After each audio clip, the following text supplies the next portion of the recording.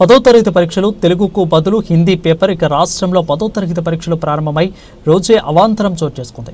ఇక మంచిర్యాల జిల్లా కేంద్రంలోని ప్రభుత్వ బాలుల హైస్కూల్లో తెలుగుకు బదులు హిందీ ప్రశ్నపత్రాలు విద్యార్థులకు ఇచ్చారు. వెంటనే జరిగిన తప్పిదాన్ని గుర్తించిన అధికారులు వాటిని మార్చారు.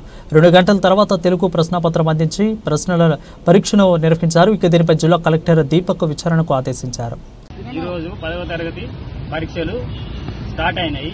మేము మా పిల్లలను 9:30కి ఎగ్జామ్ కాబట్టి 8కే తీసుకొచ్చినాం. మా పిల్లలు ఏదో అంతమందం టిఫిన్ చేసిండ్రు.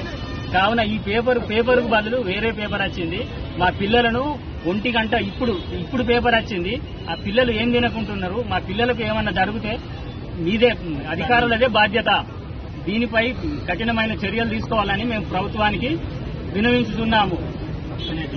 పక్కనే డిఓ ఆఫీస్ ఉన్నది, కలెక్టర్లు ఉన్నారు, అందరు ఉన్నారు. దీని మీద ఈ అధికారులపై చర్యలు తీసుకోవాలని కోరుచుంటాను. మా పిల్లలకి ఏమైనా జరిగిందనుకో ఎవరి బాధ్యత వహించాలి అధికారులు.